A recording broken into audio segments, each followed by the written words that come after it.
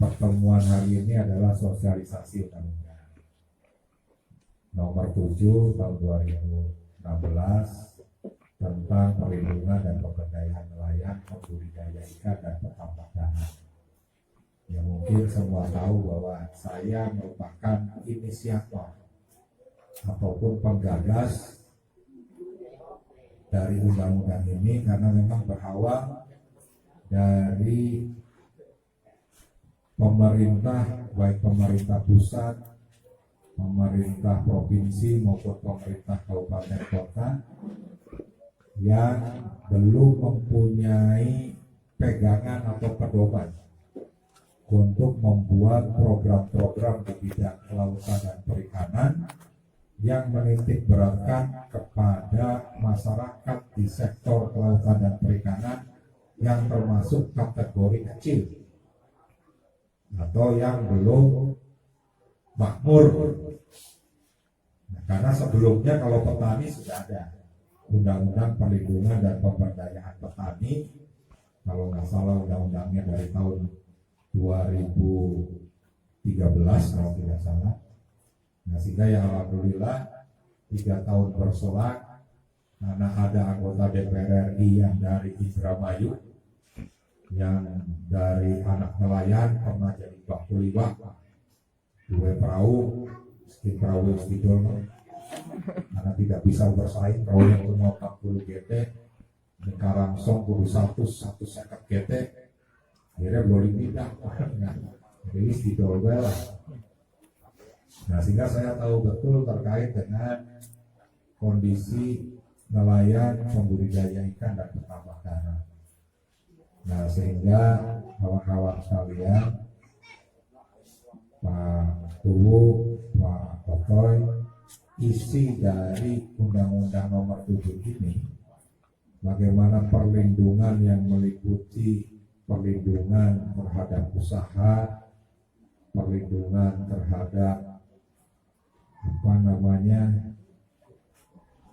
jaminan atau kecelakaan ataupun kerugian, ini benar-benar diatur secara detail, di mana ketentuannya nelayan, pembudidaya ikan, petambak karang kategori kecil. Kalau nelayan, kalau tidak salah sampai dengan 10 GT. Kalau pembudidaya ikan sampai dengan lahannya 2 hektar. Kalau petambak karang sampai dengan lahannya 2 hektar. Nah, itu yang menjadi fokus dari pemerintah untuk dibantu.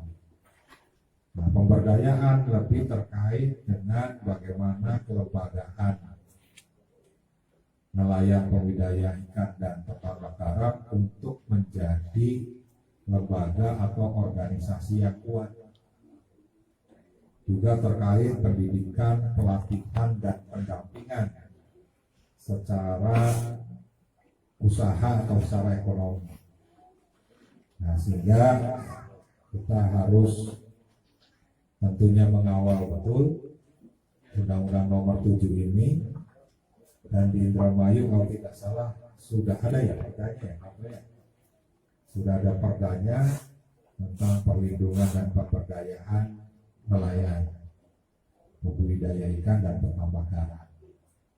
Nah, sehingga mungkin momen yang tepat bagi kita semua, seluruh masyarakat yang ada di 14 muara di Kabupaten Indramayu, untuk sama-sama mendorong khususnya pemerintah daerah Kabupaten Indramayu yang sebentar lagi kita akan mempunyai bupati dan wakil bupati yang baru, yang insya Allah akan dilantik tanggal 26 Februari 2021 hari Jumat. Nah, di mana dalam visi, misi dan program Ibu Nina dan Mas Yogi Hakim, khusus program di bidang kelautan dan perikanan, isinya ini tidak jauh atau sangat sinergis dengan undang-undang. Nah, sehingga kita sekali lagi harus benar-benar bisa mendorong, bisa mendampingi bupati dan wakil bupati yang nanti dilantik untuk bisa merealisasikan atau mewujudkan visi misi program khususnya di bidang kelautan dan perikanan.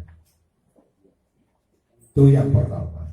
Yang kedua, tentunya terkait dengan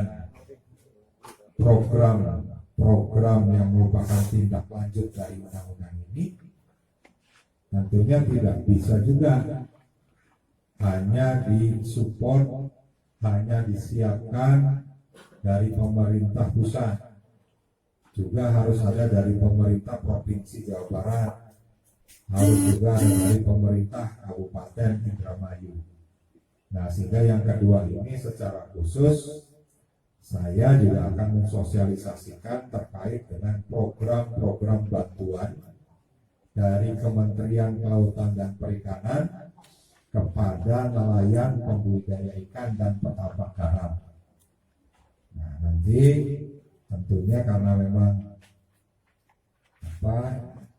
untuk pemerintah Kabupaten Indramayu APBD-nya ini masih APBD yang disusun setahun yang lalu, berarti bukan APBD-nya Ibu Nina dan Mas Luki, tetapi kita akan upayakan bagaimana di perubahan APBD Indramayu nanti sudah bisa memasukkan program-program prioritasnya Ibu Nina dan Mas Luki.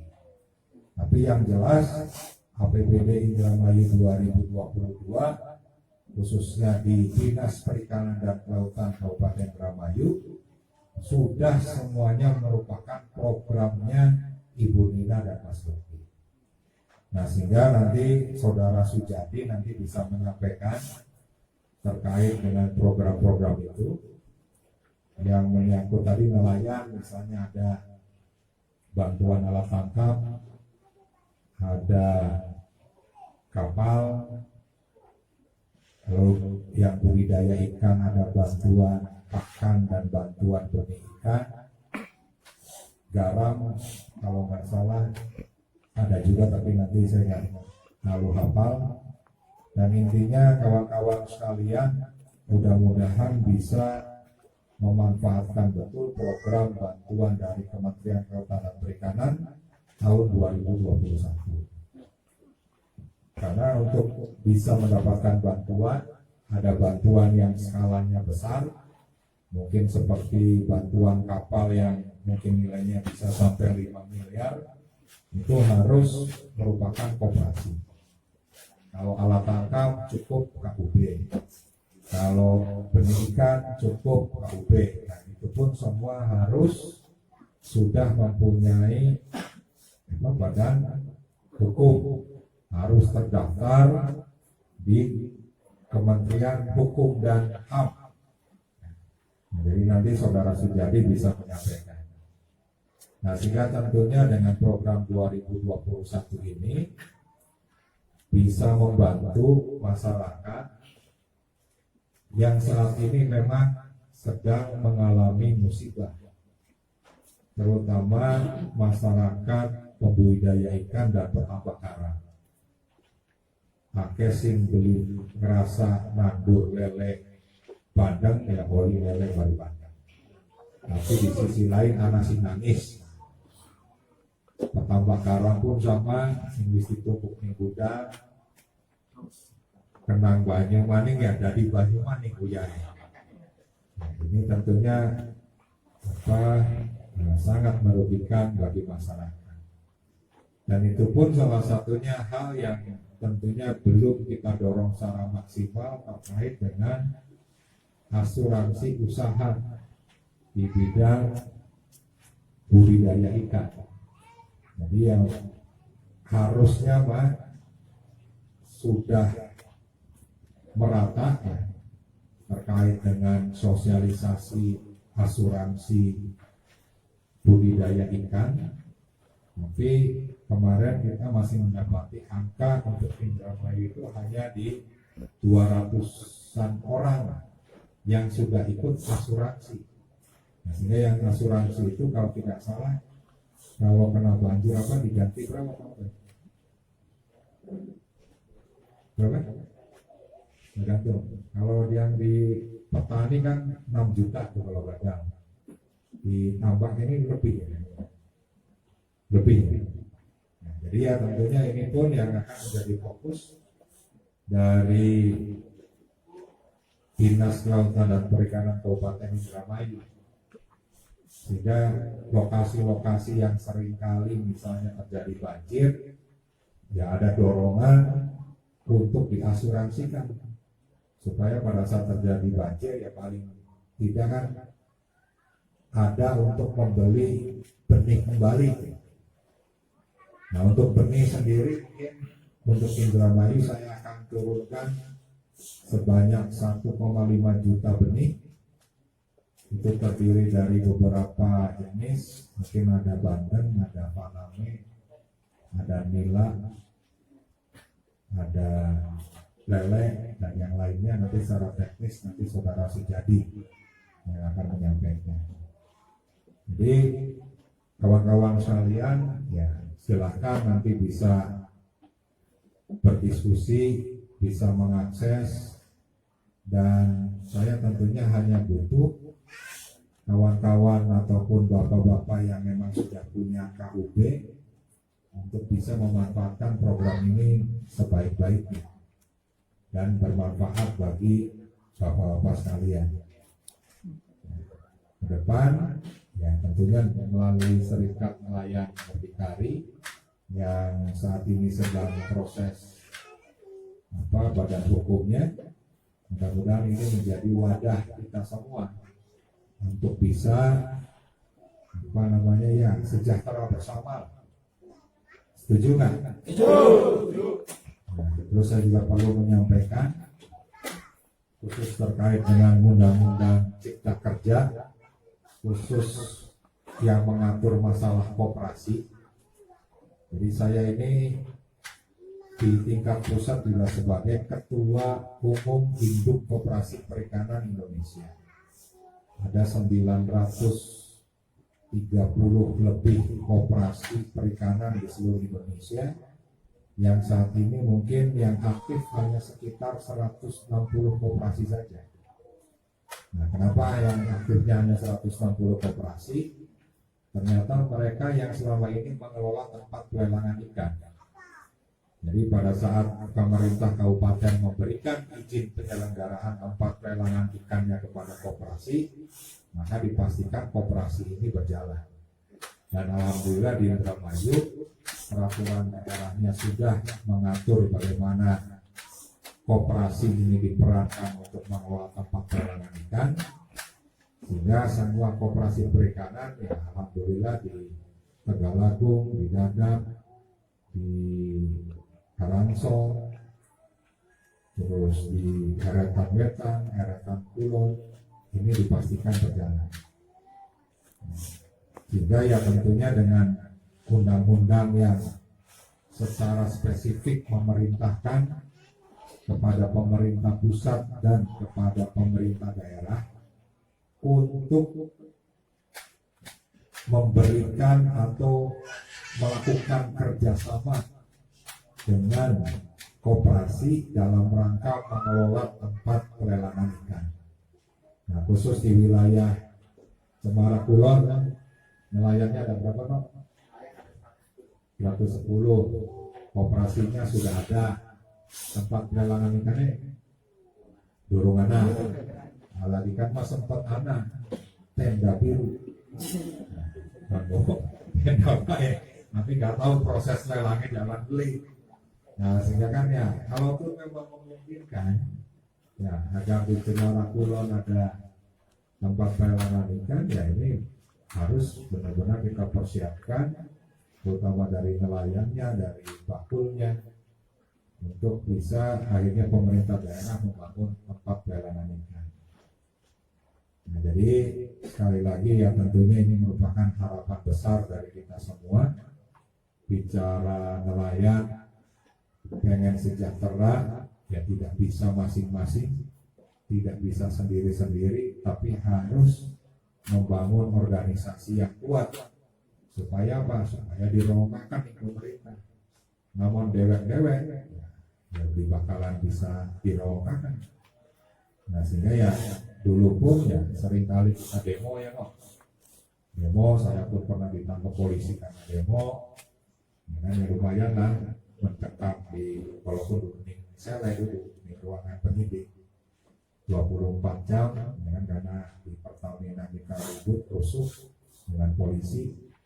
Nah, itulah hal-hal yang tentunya menjadi perjuangan kita bahwa pengen sejahtera itu ya beli gampang.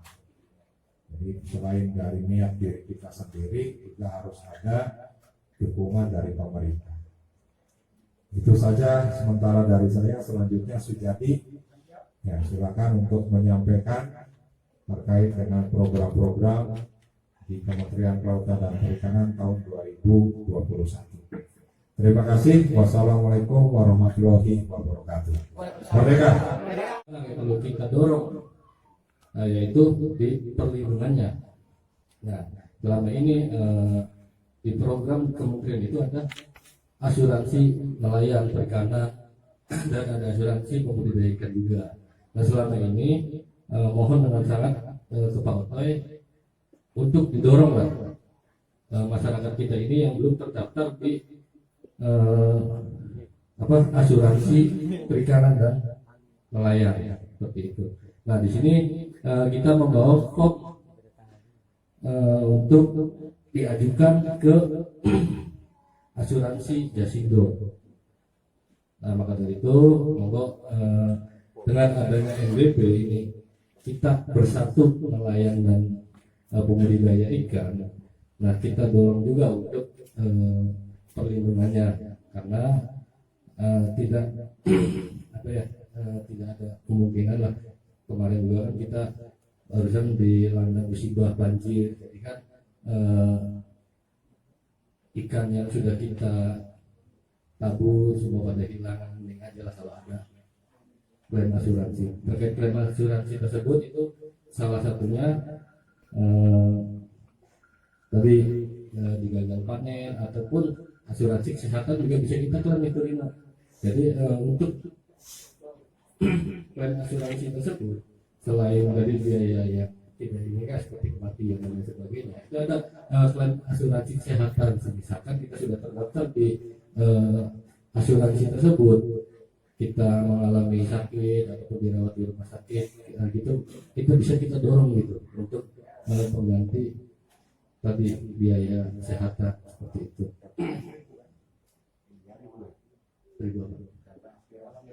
Ya, kurang lebih 1.000. Tapi itu tetap kita, makanya saya serahkan ke Pak Otoy sebagai penyuluh karena ini tidak kita yang mengusulkan Pak, karena ini melalui dinas gitu, seperti itu pengawalannya.